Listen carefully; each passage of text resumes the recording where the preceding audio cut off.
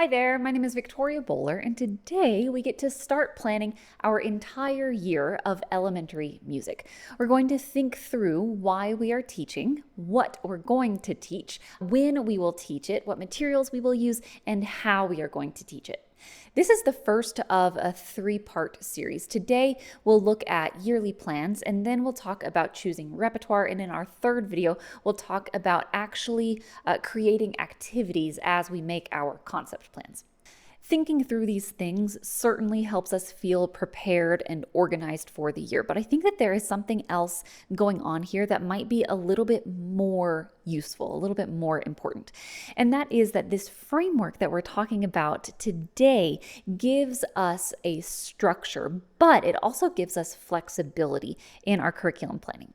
Because once we think through each of these components ourselves and we make decisions about the what and the when and the how and the why of our curriculum, thinking through these components lets us open up a curricular resource or take an idea from a workshop or find something on Instagram. It lets us pull ideas from other people and know where they are going to fit in our curriculum. And it gives us a framework for thinking as we create curricular activities ourselves. So this framework of thinking, this is the important thing, because to be prepared before school starts, we don't need to have beautiful color coordinated templates that are, organized in a binder with all the fonts exactly the same and every cell filled out. The documents themselves are not the point of this planning process. The structure of thinking that we're talking about here is much more useful. And that structure is moving from the big picture of the year down to these specific activities that we're going to use in our lessons. So planning from the big picture down to the daily activities. We all have values in our teaching. There's a reason that we went into music. There's a reason that we became musicians. And separately, there's a reason that we went into education. And then when we put those together, there's a reason that we chose to join these disciplines together and become elementary general music teachers. So what are those reasons? When we think about as musicians, what do we love about music? And when we think about our hat as educators, what do we hope for our students? And then again, putting those disciplines together, what do we want our music education program to be about? These are questions that can help us shine a light on our values. So some examples might be like creativity or musical fluency or collaboration or equity or social and emotional skills. All of these things are potential values that can, if we are intentional about it, that can find their way into our curriculum. So what do we want students to walk away with by the end of their time with us? To the extent that it is up to us to set the classroom vibe in our programs, what do we want to be the defining characteristics of our classroom culture? All of these are questions about our values. I will link a video about planning with big picture ideas if you're interested in hearing more about this. But the values that we decide on now, they're going to come into play later on in this process. And while we're here, these might be personal values for us. Again, personal values as musicians and personal values as educators. But this is also the place where we might take school values as well. So if your school has a particular set of character traits that you really want, that your school really wants to see and instill in the students at that campus, this is a great time to get clear on what those are. Okay, let's keep thinking about our big picture for the year, this time in terms of musical content. If we want to see our program at a glance and get a snapshot overview of what we're teaching and when, a curriculum outline is a really great way to do that. I like this document because it summarizes the musical concepts that students are going to explore in each grade level. And I've done a video about a curriculum outline before. I've done a couple, so I will link those here somewhere and in the description below. A few things to notice here, and let's go ahead and just pull up this curriculum outline. That way we can see it just a little bit better. Okay, so these are concepts. They are not activities. These are discipline specific, what we might think of as micro concepts, discipline specific musical ideas. And with this, there are a million different activities that we could use to teach. Let's just take, for example, that we could use to teach mi, re, do in second grade. So even though we know that at some point in second grade, we're going to focus on re, in this case, re in the context of mi, re, do, but there are a million and one different ways that we could teach mi, re, do. We could improvise, we could sing songs and play games, we could play on barred instruments, we could read it, we could write it, we could move to the melodic contour, we could create vocal ostinati, we could aurally identify. This is not an extensive list. There are way more things that we could add to this collection. So the idea here is that we don't need to know what the activities are quite yet. We just want to know what we are going to highlight in the program as a whole. So the point of this document is a spiral throughout each grade. The point is not the specific grade level where the concepts are introduced. So we have a progression that moves from the simple to the complex, from the known to the unknown. But the exact grade levels don't matter. So if something happens, and let's just take, Takadimi in second grade. If something happens and we don't get to Takadimi in second grade, that's totally fine. Or if you don't introduce Takadimi until fourth grade, that is totally fine as well. The point is not the individual grade level where each thing is introduced, right? So Takadimi is not necessarily a second grade concept, even though on this document it does say second grade.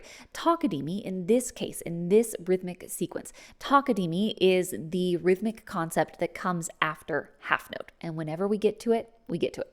And this is because we are spiraling our musical understanding here. So this document spirals concepts throughout each grade level so that our knowledge and our experience are going to build over time. And in this approach to teaching and learning, we believe that students learn by moving from the known to the unknown, which is one of the foundations of sound before sight, right? And this is something that we talked about in a previous video. So if we start with mi, re, do, or if we start with so and mi, it doesn't matter for our purposes here. And if we decide, even if we decide not to introduce one new solfege pitch at a time, that's fine as well. This document, however you decide to construct it, this document shows the flow of concepts throughout the program. And again, that curriculum outline video, that goes into a bit more detail on this idea. If you are new at a campus, or if you are new to this idea of concept-based teaching in a spiraled curriculum, you might be interested in a separate video that I'm putting together about how to start a document like this from scratch. And the basic idea is that we are going to take a dream outline, like what we want our program to be like in our ideal world, and then we're just going to work backwards from there and essentially create like a 5-year plan for ourselves. So you have your goal outline, and then we're working backwards each year so that students eventually are going to make it to that end goal. Now, when we start making yearly plans and thinking about when students are learning which concept, it can be tempting to feel like we need to push students ahead and cover concepts. So let's remember that when we start planning from our values instead of from daily activities, it's actually impossible for students to be behind a schedule. We cannot get off track.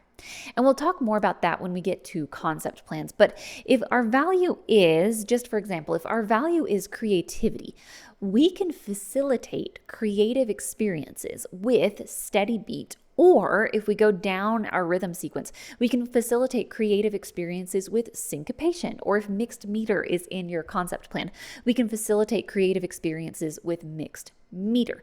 These macro, big picture concepts, they are not reliant on the discipline-specific concept. Does that make sense? They're much bigger than that.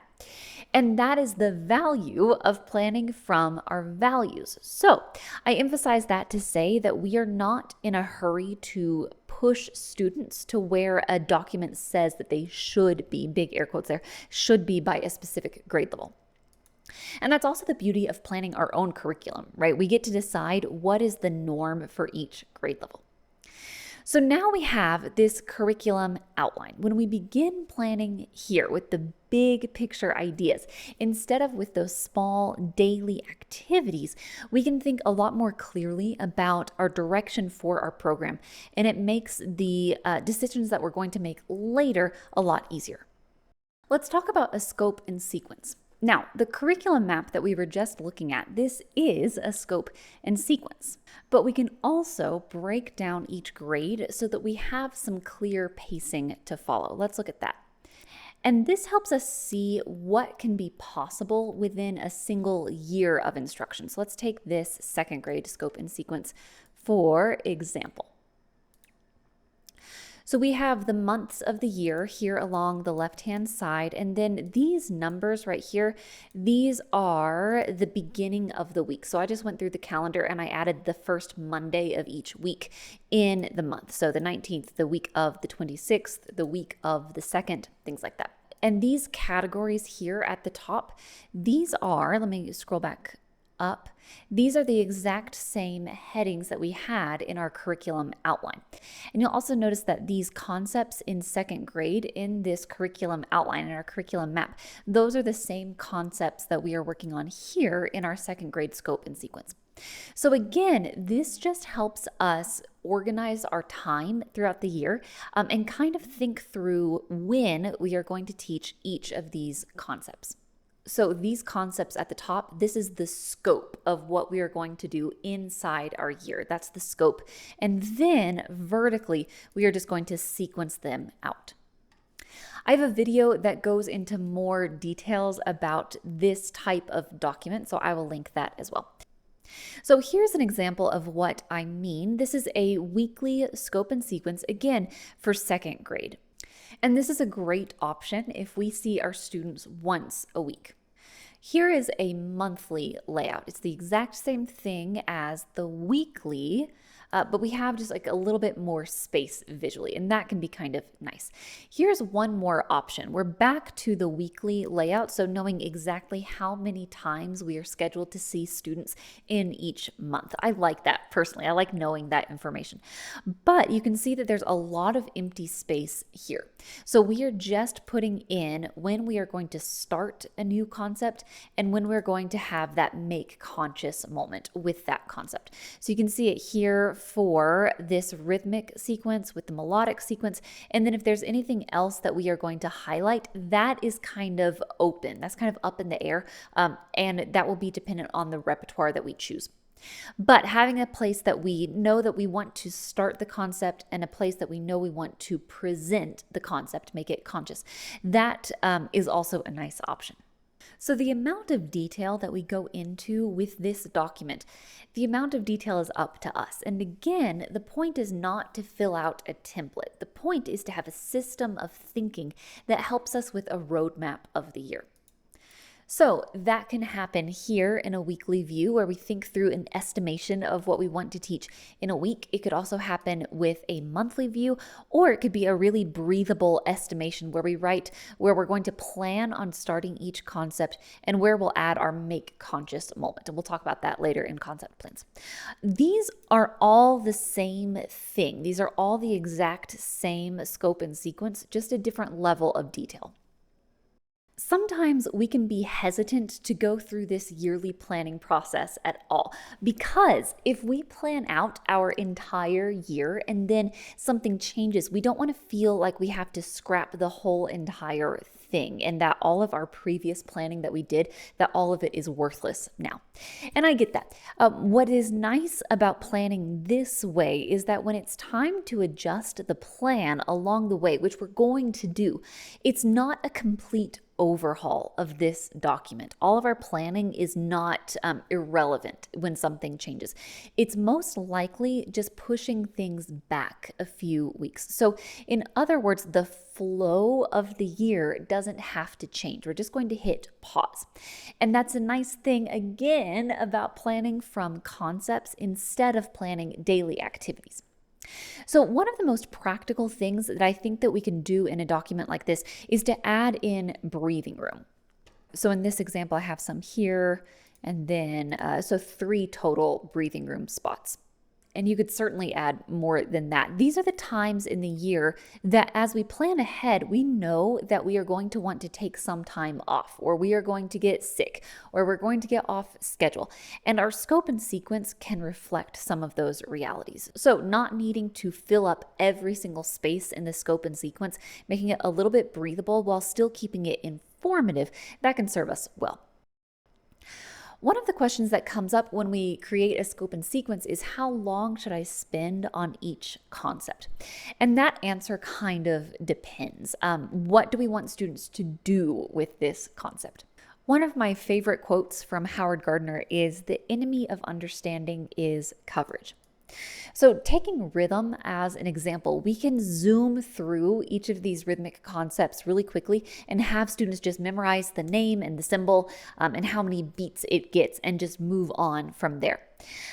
But our primary value as teachers, if we go back to that portion that we were talking about earlier, our primary value probably is not how much we love memorization and rhythm syllables. And we probably, from a musical perspective, we probably don't want notational literacy to be our primary goal anyway. There are probably other things that we want to emphasize, other big values. And later in this series, we'll talk about creating concept plans, and that can help us answer this question a little bit more specifically. But in general, if we are thinking about teaching a concept and what we want to do with it, as far as singing and playing and moving and reading and writing and improvising and arranging and working in small groups and playing barred instruments and all of that stuff, it is reasonable to imagine spending 4 to 8-ish classes on one concept. That's just like a very general ballpark answer. If we just need to put something down on paper so that we can revise it. Because of course, the more years we teach a concept, the better we understand how we might choose to approach it and how long that might take. But if this is a brand new approach to you, like if you are new to the elementary music classroom, or if you are new-ish to concept-based teaching, it's a great idea to sketch out a general flow and then come back and fill things in. Okay, when we start planning from our big picture values and then our big picture maps of the year, everything else in this process gets a lot easier. And we could stop the planning process here. In my opinion, this is certainly enough to get us started because we know the core content that each grade is going to explore. So now it's just time to fill in some of these missing pieces with repertoire and then the actual learning activities. And that is what we will talk about in the next 2 videos. So thank you so much for watching. I will see you in the next one.